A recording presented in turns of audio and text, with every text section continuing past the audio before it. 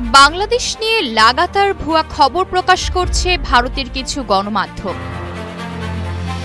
বাংলাদেশের বিষয় নিয়ে ছড়ানো হচ্ছে একের পর এক গুজব। সম্প্রতি ভারতের কিছু গণমাধ্যমে সাম্প্রতিক সময়ে প্রকাশিত বিভিন্ন প্রতিবেদন নিয়ে উদ্বেগ জানিয়েছে বাংলাদেশ সেনাবাহিনী। মঙ্গলবার রাতে আন্তঃবাহিনী জনসংযোগ পরিদপ্তরের আইএসপিআর এক প্রতিবাদ লিপিতে এই উদ্বেগের কথা জানানো হয়। তাতে বলা হয়েছে, সেনা প্রধানের দক্ষ নেতৃত্বের অধীন সেনাবাহিনী সুসংগঠিত, ঐক্যবদ্ধ ও সাংবিধানিক দায়িত্ব পালনে প্রতিশ্রুতিবদ্ধ।